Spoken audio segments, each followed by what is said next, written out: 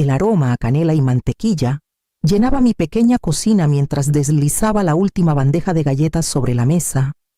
Afuera, la luz de diciembre se desvanecía y la brisa del mar traía un frío que se colaba por la ventana entreabierta sobre el fregadero.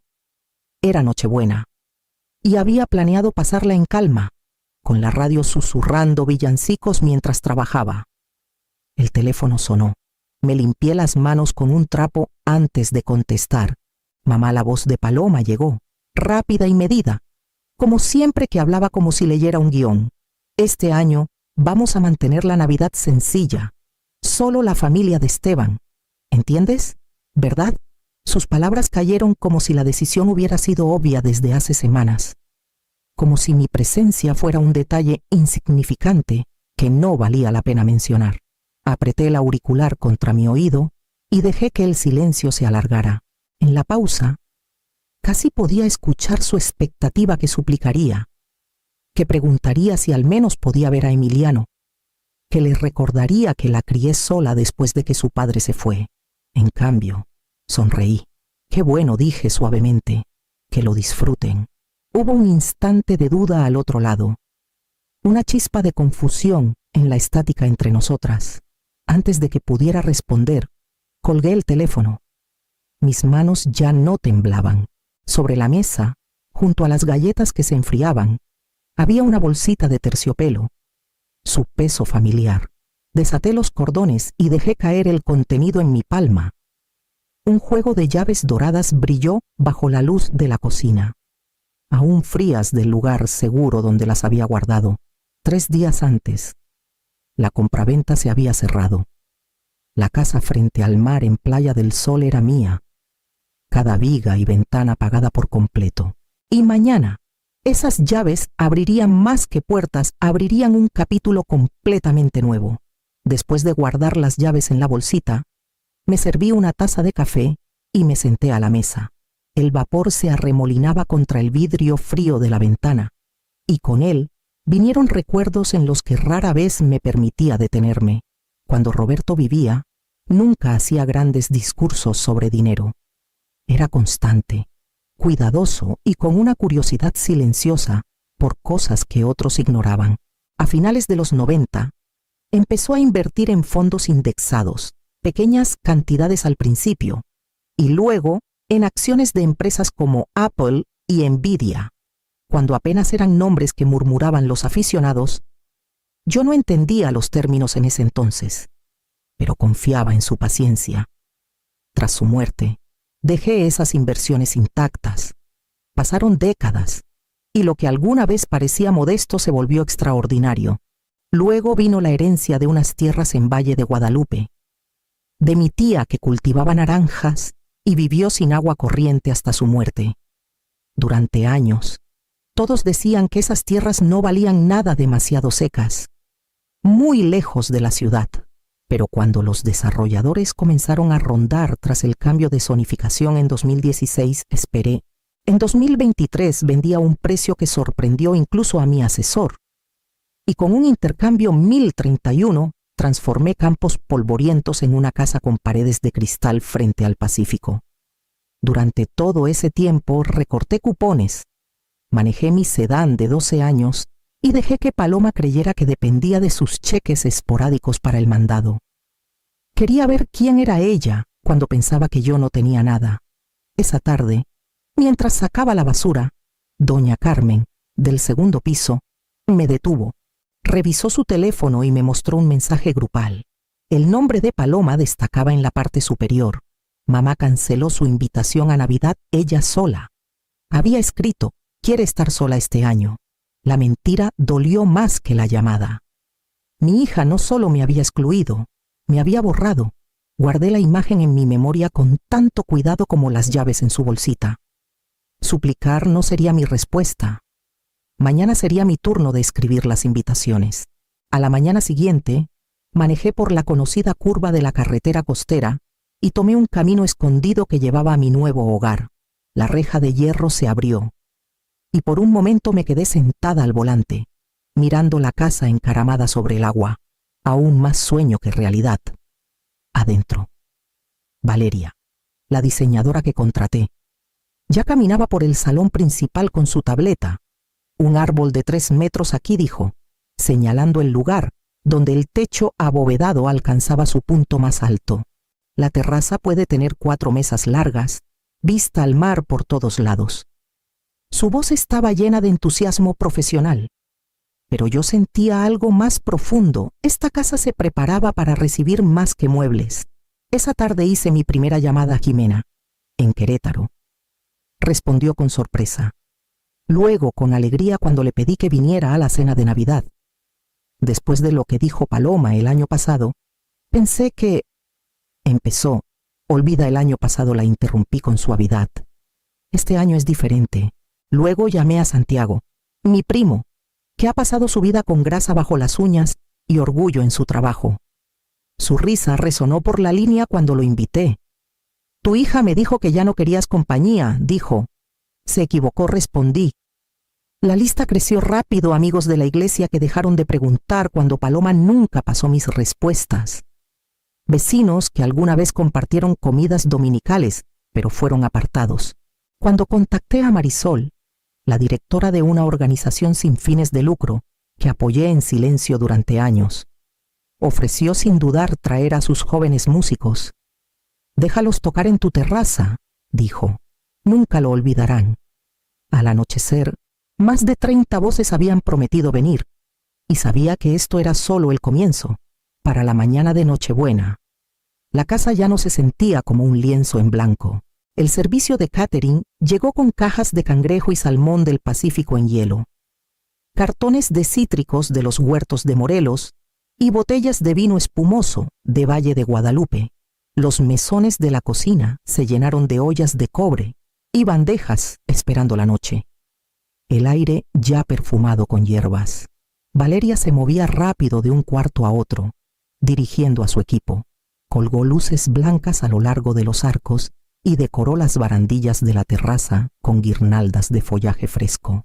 Adentro, macetas de barro rebosantes de nochebuenas destacaban contra las paredes de estuco claro, su color evocando el estilo español antiguo por el que Puerto Vallarta era conocido. Se sentía atemporal y personal, como si la casa hubiera esperado años para celebrar su primera fiesta. En mi habitación, abrí una cajita de madera que me había acompañado desde niña. Dentro estaba el collar de perlas que mi madre usó en su boda y nunca más. Las levanté con cuidado, sintiendo su peso fresco contra mi clavícula al abrocharlas. No las había usado en décadas, no desde el funeral de Roberto. Y verme en el espejo me sorprendió. Las perlas no parecían antiguas ni frágiles, parecían vivas, como si su momento finalmente hubiera llegado. Justo entonces mi teléfono vibró. Un vecino me reenvió otra captura de pantalla. El nombre de Paloma aparecía en la parte superior. Sus palabras cortantes como vidrio. Lo mantuvimos solo para la familia este año. Mamá estará bien con sus películas navideñas. La crueldad despreocupada dolía más que cualquier insulto directo. Dejé el teléfono junto a las perlas y dejé que el contraste se asentara en mí. De un lado, susurros despectivos que buscaban reducirme a la irrelevancia. Del otro, el brillo de las luces colgadas en mi terraza, la música ensayada, la comida preparada con esmero y 30 invitados que pronto llenarían este espacio con calidez. El desprecio me había descartado, pero la casa estaba lista para contar otra versión. Y para el atardecer, sería imposible ignorarla. Para la tarde, la casa vibraba de energía. Los invitados llegaban con abrigos y bufandas, su risa resonando por la entrada arqueada, mientras el sol se deslizaba hacia el horizonte. Desde la terraza se veía el Pacífico brillando en un naranja profundo, el agua doblándose sobre sí misma con el ritmo de una respiración. Abajo, en el acantilado, el tren de la costa tocó su claxon, un recordatorio bajo de que el mundo seguía moviéndose. Aunque aquí arriba el tiempo parecía suspendido, Santiago fue el primero en levantar su copa. Parado cerca de la mesa larga, golpeó suavemente el borde. Por la tía que nunca olvidó un cumpleaños, que arregló juguetes rotos cuando nadie más tenía paciencia y que nos recuerda que la familia se elige tanto como se nace, su voz se quebró. Y la multitud respondió con un aplauso cálido. Jimena siguió, acercándose a mí como si hablara tanto para mí como para el cuarto. Contó una historia de nuestra infancia en el Valle de México, sobre noches en que nos acurrucábamos alrededor de una lámpara de queroseno y compartíamos un par de guantes entre las dos. Y ahora miren, dijo, señalando las luces en la terraza y el brillo del mar. Mi hermana ha convertido el invierno en oro. El cuarteto tocaba suavemente de fondo, los violines tejiéndose entre el murmullo de voces. Los platos de cangrejo y ensalada de cítricos pasaban de mano en mano, las copas de champán chocando. Sentí una firmeza asentarse en mí, la que llega cuando las balanzas se inclinan hacia la justicia. Me aparté un momento, levanté mi teléfono y capturé una toma amplia de la terraza. Los adornos del árbol brillaban en las puertas de cristal, los invitados inclinándose unos hacia otros en conversaciones genuinas. Lo publiqué con una sola frase, celebrando con la familia que me eligió. En minutos, los comentarios comenzaron a llegar: viejos amigos, primos lejanos, vecinos que se habían alejado, palabras de sorpresa, alegría, admiración. Las notificaciones se acumulaban, el teléfono vibrando en mi mano. Entonces, llegó la primera llamada de Paloma. La dejé sonar, solo para ver otra seguir, y otra más. La pantalla se iluminaba sin parar mientras el sol se hundía tras el horizonte, el contraste imposible de ignorar. Para cuando el plato principal de cangrejo llegó a la mesa, mi teléfono ya había registrado 20 llamadas perdidas. El aparato vibraba contra el mantel como un corazón inquieto, pero lo puse boca abajo junto a mi copa. Alrededor, la terraza zumbaba de conversación, las risas resonando contra las olas abajo. Los platos con cáscaras rotas y rodajas de limón pasaban de mano en mano, mientras el cuarteto cambiaba a un villancico que flotaba sobre el tintineo de los cubiertos. Me excusé brevemente y caminé hacia la entrada, la curiosidad tirando de mí hacia el teléfono. Al darle la vuelta, vi no solo llamadas, sino mensajes de voz. Los primeros dos eran de Paloma cortos, cortantes, con el tono de alguien no acostumbrado a ser ignorado. El tercero me detuvo en seco. Abuela, ¿estás viendo los fuegos artificiales en la tele? La voz pequeña de Emiliano llenó el altavoz. Brillante pero insegura. Pensé que siempre los veíamos juntos. Las palabras dolieron más que cualquier insulto. A pesar de toda la crueldad de Paloma, el niño solo tenía amor para dar. Y sentí el viejo dolor de estar mantenida a distancia de él. Sostuve el teléfono contra mi pecho por un momento, respirando el sonido del océano hasta que la firmeza regresó. Cuando volví a la mesa, levanté mi copa. Esta noche dije, dejando que el cuarto se silenciara, nos recordamos que el respeto es el verdadero centro de cualquier reunión. Sin él, hasta la mesa más fina está vacía. Con él, incluso el pan sencillo sabe a abundancia. Las copas se alzaron al unísono, las palabras resonando en el calor del momento. Silenciosamente, grabé el brindis en mi teléfono y lo subí junto a un clip corto de nuestra mesa. Las velas brillando, los rostros vivos de alegría. En minutos, la publicación se llenó de reacciones, comentarios apilándose más rápido de lo que podía leerlos. Corazones y exclamaciones acumulándose en una marea de afirmación. Guardé el teléfono en mi bolso y me concentré en las risas, en Santiago, enseñando a uno de los primos pequeños cómo romper una pata de cangrejo limpiamente, en Jimena, recostándose con lágrimas de alegría atrapadas en las comisuras de sus ojos. Por una vez, el mundo fuera de esta terraza podía esperar. Entonces, justo cuando los postres comenzaban a aparecer, el aire cambió. Un par de faros cruzó el camino de entrada más allá de la reja de hierro, cortando la noche como una acusación. Las conversaciones titubearon. Los tenedores flotaron sobre los platos. Sentí el murmullo recorrer la mesa cuando una puerta de sube se cerró de golpe. Luego otra. No necesitaba levantarme para saber quién era. La voz de Esteban llegó primero, baja y urgente, seguida del taconeo agudo de Paloma contra el camino de piedra. Sus siluetas se acercaban, enmarcadas por la luz que se derramaba de la terraza. Cada paso un rumbo de colisión con la noche que yo había construido. Presioné mi servilleta contra la mesa y me levanté lentamente, firme como la marea afuera. El calor de la fiesta permanecía detrás de mí, pero el frío del enfrentamiento ya estaba en la reja, exigiendo entrar. Los recibí en el vestíbulo, el candelabro arrojando luz fracturada sobre el suelo de mármol. La puerta principal aún resonaba con el eco de su golpe insistente, y más allá, el viento del Pacífico silbaba entre las palmeras. Paloma entró primero, con la barbilla alta, su compostura frágil al borde del quiebre. Esteban la siguió, con los hombros tensos, los ojos saltando de los arcos a las escaleras como si hubiera entrado a un museo. «Has estado ignorando nuestras llamadas», dijo Paloma. Su voz era afilada, pero bajo ella escuché el esfuerzo de la incredulidad. «He estado ocupada recibiendo a mi familia», respondí.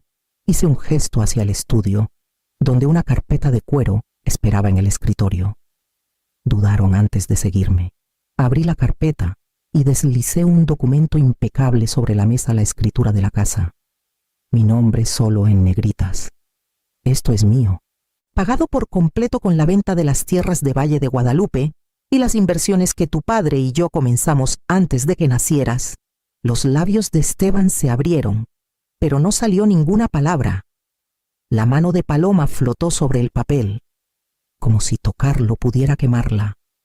«Todo este tiempo nos dejaste pensar que estabas batallando». «Les dejé ver lo que querían ver», repliqué. «Eso me dijo más de ti de lo que hubiera aprendido de otra manera». La máscara en su rostro titubeó. «¿Sabes lo que es tratar de impresionar a la familia de Esteban? Ellos miden todo lo que usamos, lo que servimos, con quien nos sentamos. Solo intentaba pulir nuestra imagen. No quería que te vieran y pensaran menos de mí». Me incliné hacia adelante. «Entonces me desinvitaste. Les dijiste a otros que yo cancelé la Navidad. Te burlaste de los regalos que le di a tu hijo. Los llamaste baratos. Decidiste que un cupón para el súper era una vergüenza. Tomaste cada gesto de bondad que ofrecí y lo vestiste de vergüenza». Sus ojos brillaron, la de fiance deslizándose hacia la culpa. Esteban bajó la mirada, incapaz de sostener la mía. Cerré la carpeta con determinación. «Esta casa es la prueba de lo que nunca te molestaste en ver. Y esta noche es solo el comienzo de lo que tendrás que responder». El rostro de Paloma se endureció, como si la admisión sobre sus suegros se le hubiera escapado sin querer. Se enderezó, echando los hombros hacia atrás, intentando recuperar terreno. «Entonces ese era tu plan desde el principio», espetó. «Fingir que eras pobre, esconderlo todo y luego soltárnoslo en Navidad solo para humillarme. Montaste todo esto como una especie de show retorcido». Sus palabras rebotaron contra el techo alto, pero no me inmuté. No dije con calma, construí una vida. Lo que ves a tu alrededor es el resultado de años de paciencia y disciplina. El show, Paloma, fue el que tú montaste diciéndole a la gente que yo cancelé la Navidad, susurrando que era una carga. Esteban se movió incómodo a su lado, abrió la boca, luego la cerró, frotándose el puente de la nariz. Por una vez, el silencio no lo protegió. «Tú lo permitiste», continué, volteando hacia él. «¿Viste cómo me fue reduciendo, año tras año, y no dijiste nada? Cuando me excluyó de los cumpleaños, cuando ridiculizó el suéter que le di a Emiliano porque no era de marca, cuando me empujó al extremo de su mesa como si fuera una reliquia, ¿dónde estabas tú entonces?» Sus ojos se alzaron hacia los míos, la culpa nadando en ellos. «Yo no quería empeorar las cosas», admitió. Mantener la paz parecía más fácil. Paz. Dejé que la palabra colgara. La paz no viene del silencio, El silencio es cobardía disfrazada de armonía. La compostura de Paloma se quebró entonces, su voz rompiéndose entre lágrimas que intentaba reprimir. No entiendes cómo es, dijo. Los padres de Esteban ya me tratan como si fuera de segunda. Cada vez que entrabas a un cuarto con esos vestidos de descuento, cada vez que traías un guisado en lugar de un platillo de catering, podía sentir sus ojos en mí. Me daba vergüenza. No de ti, tal vez, sino de cómo me verían a través de ti. Por fin, la verdad. No malicia sin razón, sino inseguridad endurecida en crueldad. Caminé hacia las puertas de cristal y las abrí de par en par, dejando que la música y las risas de la terraza llenaran el cuarto. 35 invitados llenaban el espacio más allá. Rostros brillantes, voces elevadas en alegría. Mira ahí afuera, dije, señalándolos. Estas son personas que vinieron sin dudar. Nadie necesitaba ser impresionado. Nadie necesitaba pulirse. Vinieron porque querían estar aquí, porque el respeto ya estaba en el cuarto. Las lágrimas de Paloma caían libremente ahora, y Esteban permanecía inmóvil, como si la vista de tantos otros compartiendo mi mesa con gusto le hubiera quitado toda excusa. Cerré las puertas de nuevo, silenciando la música para que solo mis palabras quedaran. De ahora en adelante dije en voz baja: el respeto es el boleto de entrada aquí. El silencio se prolongó hasta que lo rompí con el único camino que veía hacia adelante. Si quieren un lugar aquí de nuevo, viene con condiciones, dije. Primero, terapia, para los dos, conmigo presente. Segundo, un mes en el que no me pidan nada, ni favores, ni dinero, solo acciones que muestren que entienden qué es el respeto. Tercero, emitirán una disculpa pública a los familiares que apartaron en mi nombre. El rostro de Paloma se tensó, pero no protestó. Esteban solo asintió, apagado. Abrí la carpeta una vez más y deslicé un borrador de mi fideicomiso. Y Emiliano dije: su parte se otorgará solo si crece como un hombre que retribuye servicio comunitario, bondad, prueba de carácter. La riqueza sin valores es veneno. La voz de Paloma fue un susurro. Hay un camino de regreso. Lo hay, le dije, pero no es fácil. Sí, pero es trabajo. El candelabro parpadeó sobre nosotros, como subrayando los términos, y la noche se apretó contra el cristal, esperando el próximo amanecer. A la mañana siguiente, caminé por el sendero que serpenteaba a lo largo del acantilado. El aire estaba cargado de sal, y los pelícanos rozaban las olas en formación, sus alas firmando la superficie del mar. Cada paso me estabilizaba, recordándome que esta casa era más que paredes y cristal.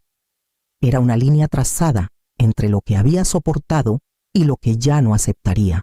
A media mañana, me senté a la larga mesa de roble en mi estudio, el océano enmarcado en las ventanas detrás de mí, mientras firmaba los papeles para la mesa del faro. Una vez al mes, ancianos de todo el condado se reunirían aquí para cenar, sin excluir a nadie por edad, apariencia o bolsillo. Era el legado que quería grabado en este lugar, una comunidad lo suficientemente amplia para sostener a quienes a menudo se dejan solos. Esa tarde, preparé la mesa yo misma, velas apagadas, platos apilados con cuidado, sillas alineadas. Di un paso atrás, levanté mi teléfono y tomé una última foto. La descripción fue simple: mi casa, mis reglas, mi familia, elegida y ganada. Mientras dejaba el teléfono, llegaron 2 mensajes. El primero, de Paloma. Una captura de pantalla de una cita de terapia programada para la próxima semana. El segundo, de Emiliano. Un dibujo etiquetado con letras temblorosas: la casa de abuela junto al agua. Toqué la pantalla con suavidad, imaginando sus pequeñas manos presionando el crayón contra el papel, y supe que el trabajo apenas comenzaba. Si la dignidad es el primer regalo que te das a ti misma, ¿qué das después a las personas dispuestas a encontrarse contigo ahí